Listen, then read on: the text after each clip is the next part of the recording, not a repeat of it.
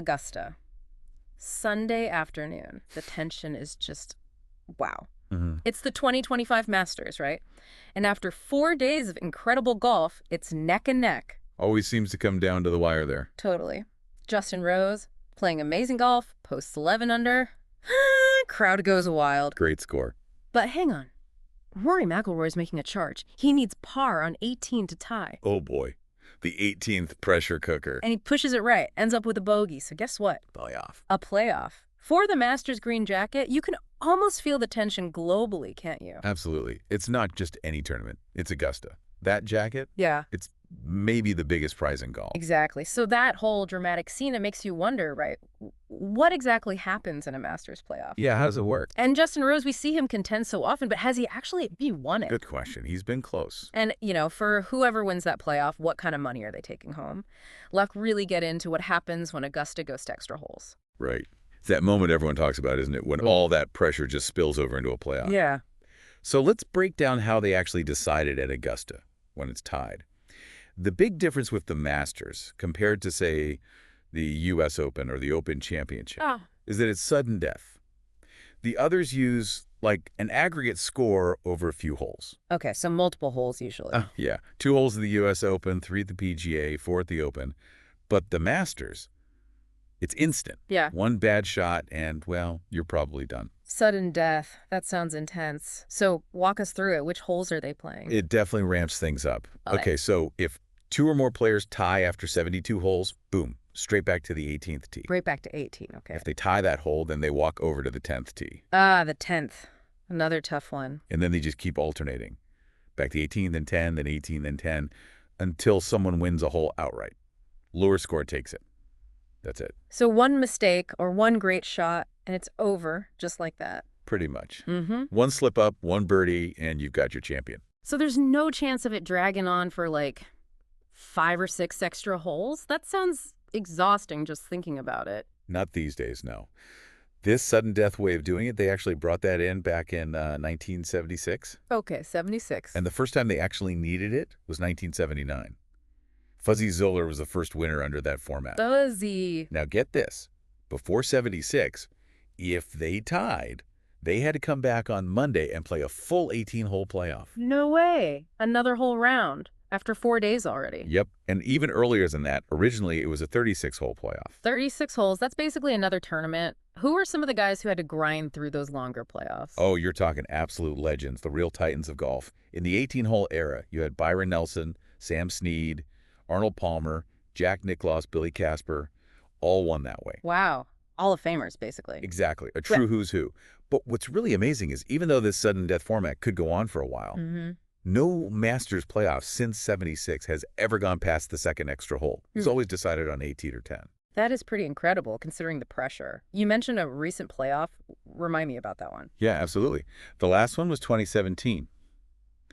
And guess who was in it? Let me guess, Justin Rose. You got it. Yeah. Justin Rose, the guy from our 2025 scenario, he was up against Sergio Garcia. Sergio's win, right. It went to the first playoff hole, 18, as we know, and Sergio made birdie to win it. Ouch. So Rose knows that sudden death pressure firsthand. He certainly does. He's been right there. Okay, well, that leads us perfectly into the next big question. Justin Rose and that green jacket feels like he's always lurking, always near the lead. He's obviously got the game. But has he ever actually sealed the deal? That is the million-dollar question, isn't it? Yeah. Every time Rosie's name is up there at Augusta. And the straight answer, thinking about our 2025 nail-biter, is no. He hasn't won the Masters yet. Really? Still hasn't got one? Nope. He's a major winner, obviously won the U.S. Open back in 2013. And he's got, 25 PGA Tour wins? Impressive career. Yeah. But that particular jacket, the green one, it's managed to stay just out of his reach so far. Out of reach feels right. He's been agonizingly close, hasn't he? That loss to Sergio in 17. Yep. That runner-up finish in the playoff is his closest call, for sure. And here's a wild stat for you. Justin Rose holds the record, and it's probably not one he wants for the most rounds led at Augusta without actually winning. Get out. How many? 7. Hey. 7 times he's held or shared the lead after a round. 7 times. Wow. That's kind of hard to believe. Just how tough it is to close it out there. It really does. Speaks volumes about the mental game needed at Augusta. It's not just getting the lead, it's hanging on to it, all that pressure, the tricky pins. Yeah, the whole Augusta aura. What about his overall record there? He's played it a bunch, right? Oh yeah, far from a rookie. By 2025, he'd played the Masters 19 times. And he's been really consistent, made the cut 16 times. That's pretty solid. And besides that runner-up, he's got a few other top 10s as well.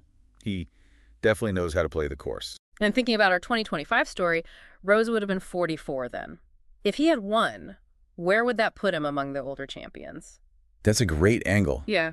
A win at 44 that would have made him the second oldest Masters champion ever. Second oldest? Who's the oldest? That's got to be Jack Nicklaus, right? Yeah. His famous 86 win, he was 46. 46? Okay. Yep, 46 years, 2 months, 23 days to be exact.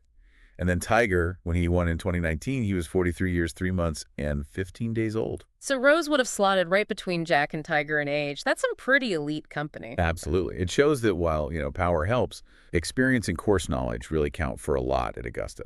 Maybe even more as you get older. So a win for Rose then would have been huge history-wise. Okay, let's shift gears. Let's talk about the money. The other big prize, right? It's one of the biggest tournaments in the world. The payout must be pretty serious. Oh, absolutely. And for 2025, the Masters hit a new high mark for the prize fund. The total purse was a record $21 million. $21 million. Wow. That's up from the year before. Yeah, up $1 million from 2024 when Scottie Scheffler won. So, the pot keeps getting sweeter. Okay, so for our winner in 2025, Rory Mcllroy in this case, what did he actually take home? The winner's share for 2025 was a very nice $4.2 million. 4.2. That's a jump too, right? Yep, up from $3.6 million that Scheffler got the year before. Definitely adds a bit more shine to the green jacket, doesn't it? I'd say.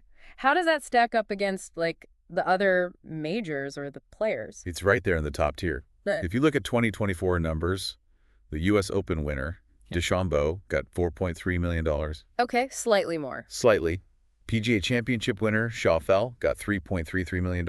Open Championship winner got $3.1 million. So Masters is near the top of the major. Definitely. Interestingly, the Players Championship, which isn't a major, but is obviously huge. Right, the fifth major. The winner in 2025 actually got a bit more, $4.5 million from a $25 million total purse.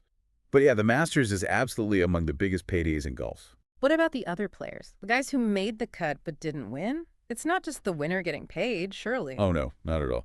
The Masters pays out pretty deep, and it's quite generous. If you make the cut, play the weekend, you get paid based on where you finish. Right.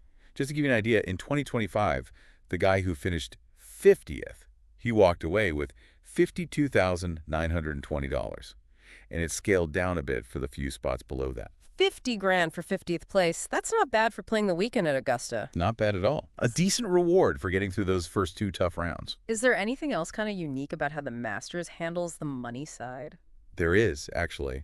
And it's a really classy thing they do. It speaks to the tournament's whole vibe, What's that? The Masters pays every single professional who's invited to play, even if they miss the cut. Really? Yeah. Even if they shoot 80-80 and go home Friday? Yep.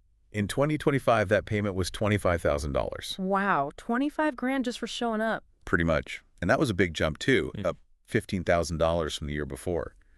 It's way more than other majors usually give guys who miss the cut. Like, the U.S. Open paid $10,000 for MCs in 2024. That really does show a level of respect for the players, doesn't it? It does. It highlights that special status of the Masters. Okay. What about the caddies?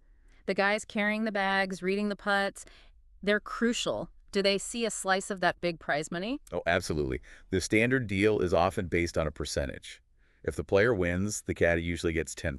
10%. So for Rory's win. If Rory took home $4.2 million, his caddy, Harry Diamond, would likely have pocketed around $420,000. $420,000 for a week's work. Yep. That's more than the player who finished 14th place earned. It's a massive payday for the caddy on the winning bag. That is unbelievable. Are there any other perks for the winning caddy besides the cash? Yeah, there's a great tradition. The winning caddy at the Masters gets to keep their white jumpsuit, the boiler suit thing they all wear. Oh, the iconic white suits. Right. They get to keep theirs. It's like a tangible piece of history, a really cool memento of being part of that win. That's brilliant. A proper keepsake.